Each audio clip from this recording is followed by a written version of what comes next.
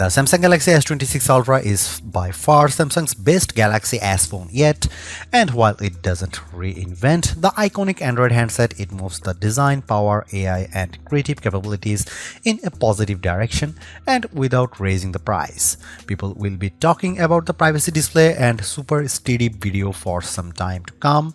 Sure, there might be too many AI options on board, but overall the S26 Ultra is a winner and easily one of the best smartphones of the year.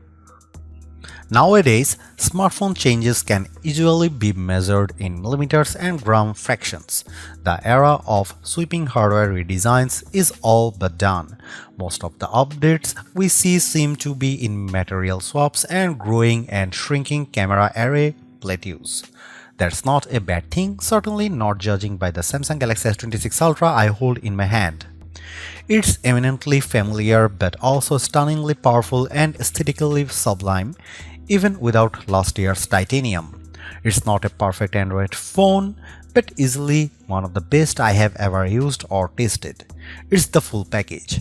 A relatively slim and light big screen mobile communicator, and a powerful pocket computer that, with its hidden S Pen, can even excite creative types of compulsive note-takers. Samsung gets away with not changing much by still delivering on all the promises of a great flagship phone. It has excellent cameras, easily the best of not just the S26 lineup, but all recent Galaxy phones. It has the fastest chip, even thanks to a bit of customization from Qualcomm, outdoing the Snapdragon 8 Elite Gen 5 you might find on other Android phones. The S26 Ultra hides a pair of truly remarkable features that are not evident at first glance, but will surely be the most talked about updates for some time to come. One is the privacy display, a true bit of display hardware innovation that has no equivalent on any other modern smartphone. Then there is the built-in gimbal. Strike that, it's not really a gimbal, just a wild bit of hardware and software engineering that lets you turn your camera up to 360 degrees while keeping the footage perfectly labeled. It's a handset overstuffed with AI possibilities, adding this time Perplexity to Bixby and upping the creative and assistive capabilities of Galaxy AI. Google uses the S26 Ultra to give us a sneak preview of the agentic possibilities soon arriving on Pixels and all other supporting Android phones. The list of AI abilities is long, overwhelming, and perhaps too much. It's not a weakness per se, but I still don't know why one phone has so many. But then you also might wonder why the iPhone 17 Pro Max still has so few. Samsung backs up the power and performance of this smartphone with way better heat and power management and excellent battery life. And to top it all off, it's still $1,299 US. That's not affordable, but it is the same price as last year, which is more than can be said for the Galaxy S26 and S26 Plus. There is not enough here to trade in your still wonderful S25 Ultra, but it would be a big leap from, say, the S23 Ultra or anything earlier, and will undoubtedly end up atop our best Android phones buying guide. Before we dive into the photographic performance of the Samsung Galaxy S26 Ultra, let's pause a moment to look at the virtually unchanged camera array and selfie camera. The main camera is 200 megapixel and f1.4 aperture.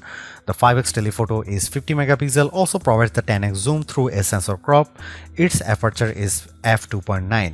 The 3x optical lens is 10 megapixel f2.4 aperture. The ultra-wide is 50 megapixel f1.9 aperture, and the front-facing camera is 12 megapixel f2.2 aperture.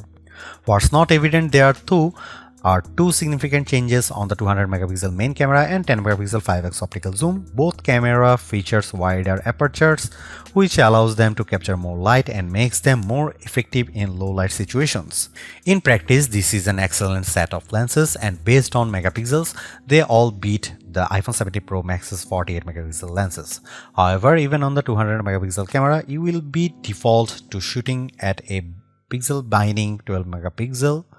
The iPhone 17 Pro Max defaults to shooting at 24 megapixel. I shot photos using all the cameras, often capturing the exact same image with the Galaxy S25 Ultra and iPhone 17 Pro Max. All of these phones offer excellent cameras, and I found the image quality generally excellent. If anything, the S26 Ultra appears to have pulled even with the iPhone 17 Pro Max in most photo scenarios. Samsung told me that their image processing now allows the phone to understand the native noise signature of each lens and adjust accordingly. What this means is my photo results are clearer and cleaner. Between that, the larger apertures and low light photography, especially nighttime photography, shows a significant improvement. I noticed far less graininess in my star photography. Here are some camera samples of the new Samsung Galaxy S26 Ultra.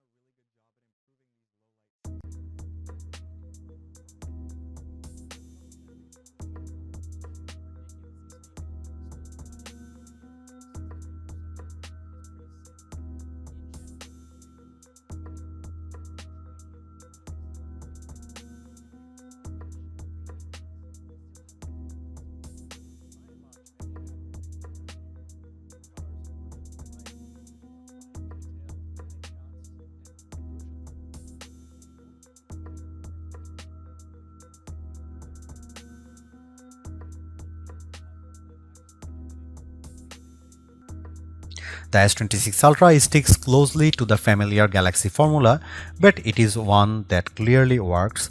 Performance is blazing, Samsung's software ecosystem is extensive, and photography largely keeps pace with the Western competition. The S Pen continues to have its vocal supporters, and Privacy Display can legitimately claim to be the most interesting new phone tech of 2026.